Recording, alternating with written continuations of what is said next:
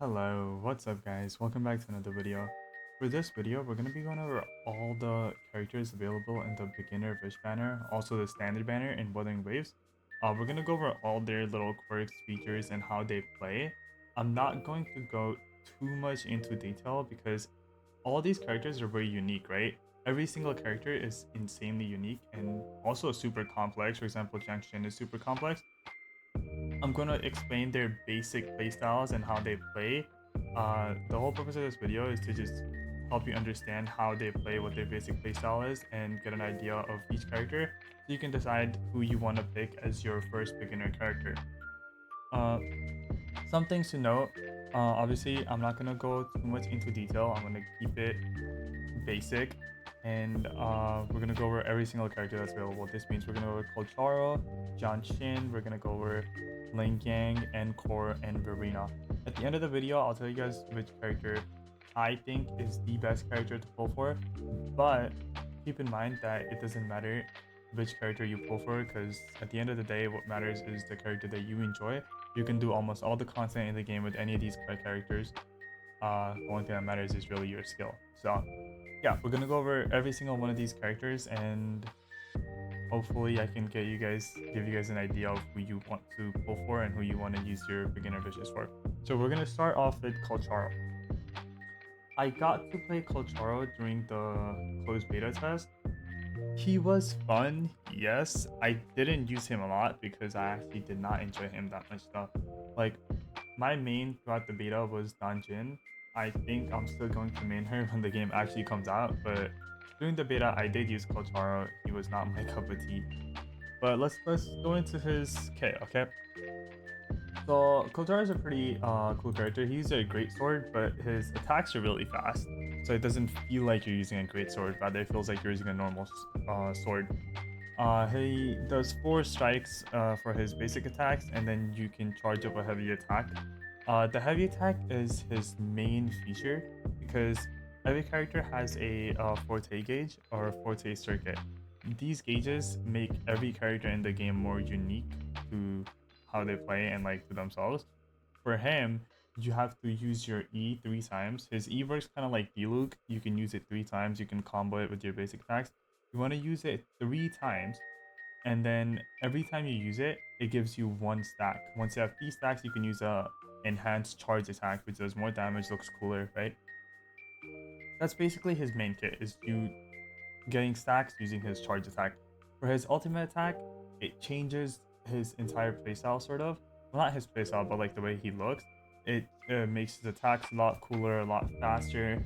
It gives him 5 stacks instead of 3. Every normal attack gives him 1 stack.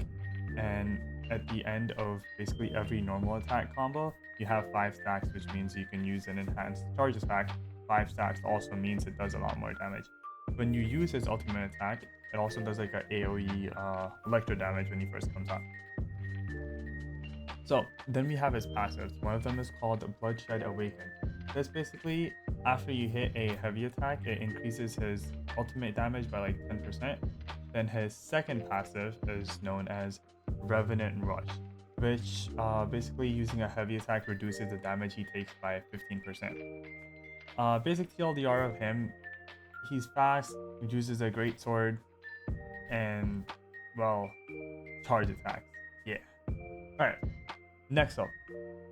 Next up is one of my favorite characters. We're gonna be going over Anora. Now, Anora was an insanely fun character during the beta. I actually enjoyed her so much. She was probably one of my most played characters in the beta, other than Danjin. I think, yeah, she was on my team almost throughout the entire beta, along with Danjin. Also, if I mess up any names, I'm sorry. I'm not too good with pronouncing names. So let's go over her kit now. For Anora, her basic attacks are called bully attacks. She does 4 consecutive attacks. She uses her dolls and she kind of just like swings them around, right? Or like, it's like a range attack. After her 4 attacks, you have a timing. You can do a timed 5th attack. The thing is, this timing is very easy to get. I think genuinely it's harder to miss this timing than it is to hit it. It's insanely easy. It's not hard at all. Her charge attack does a lot of damage if used right. The way you want to use her charge attack, kind of like Colcharo, you're gonna build up her gauge, You can kind of see it building up as I attack this mob here. Once the gauge builds up all the way, you can use her charge attack. It has a little bit of a timer at the start where she's stuck in an animation and you can't do anything during that animation. But overall, it's really good. Her E ability, which is like you summon both your little dolls to your sides and they shoot bullets. You can't do stuff while doing it or it would be too OP. Her ultimate attack basically changes her entire playstyle again. She becomes more of a melee character rather than range. She got super fast, super cool looking attacks. It looks super slicey, you know? And then again, for her E ability also changes. It becomes really fast, and then her charge attack kind of still stays as a very important piece of her kit. Where if you use her charge attack, it takes a little bit to charge it up, but it does a lot of damage. For her passive, for first passive is called Angry Cosmos. When you use her ultimate attack, if her HP is above 70%, her damage simply just increases by 12%. Second one is called Woolie's Cheer Dance, which basically just increases her fusion damage by 15% after you use her E skill, and if it hits. That's about it for her. Again, she's insanely fun. I really enjoyed her during the beta. So next up, we're gonna go over Jian Shen. Now, this is a character that a lot of people are excited for. A lot of people like her because, you know, she has one of the most amazing looking designs I've ever seen. Like, she looks so good. Her kit is a little complicated, but we're gonna go over it, okay? So her normal attacks are pretty basic, you know, you just punch around. And then for her E skill, wait, not for her E skill, her charge attack. Her charge attack is a pretty basic charge attack, but it ties in with her gauge, so we're gonna go over it in a second. Her E skill is pretty basic. It's a parry. You can hold it. It'll, for as long as you want, it'll parry something that comes to it, or you can just click it, because if the boss is stunned, you know, you don't want to hold it. For her charge attack, you normally want to use it after your gauge is full, which then gives her a buff depending on her shield level. The shield level is how long of like you're holding the charge attack. When you let go, you do a basic attack, it interrupts the progress. It's called soft skin progress, I think.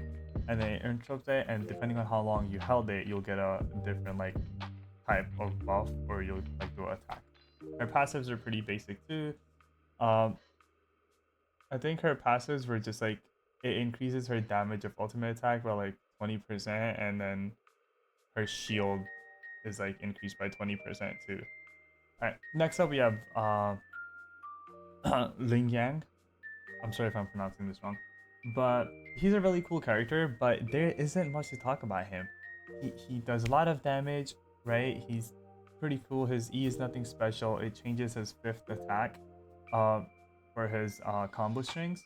And then his E also changes if you combo it with his 3rd, 4th, 5th, or the enhanced 5th attack that you can do by using his E first. If you do that, his next basic attack starts from the 3rd basic attack, which means you can kind of just spam combo it 3, 4, 5, 3, 4, 5, and then you use E, 3, 4, 5, E, or use 3, 4 enhanced attack, E, 3, 4 enhanced attack, E, basically. His ultimate attack, pretty basic, just does damage, gives him a 50% damage bonus. His passives, I'm not even gonna go over them. They're kind of just mid. It increases his intro skill by 50%, and the other one just like increases some his roaming mountain roamer by 150%. Next up, we have Verena. Now, honestly, I think she is the best character on the standard banner right now. And one word to describe her would be Bennett. Like, she's insane. You know how Bennett we all say is a 6-star? Well, she's a real 6-star here. She can heal off field. Heal off field. Her E ability is like a small little AoE. You probably just saw it right there. Her ulti lets her do off-field damage, so she'll do coordinated attacks with her team members. Her gauge lets her recover HP for characters on your team. On top of that, here's the good stuff. Her passive. It stops a party member from dying, kind of like Barbara, how she reses at C6, but she doesn't res, she just stops you from dying and then gives you a shield that's 120% of her attack. Then you have her other passive, which literally increases everyone in the party's damage by 20%. If you use her skill, her ulti, or her enhanced skills with her gauge. Her gauge isn't that special, it just lets you heal and gives you more concerto energy. And that's about it for Verena. I think she is probably the best character, and she's probably the one that I am going to pick.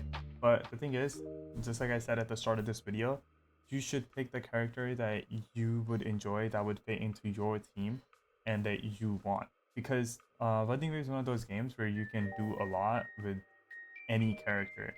A good example would be I played Punishing Great Raven and I used to main Bambinata, which was an A rank. I've done everything in that game with Bambinata, who's just an A rank, she's not even an S rank. So same thing kind of applies here. You can do a lot with any character that you want. Yeah, some characters might be like, oh, but she doesn't require as much time investing in them.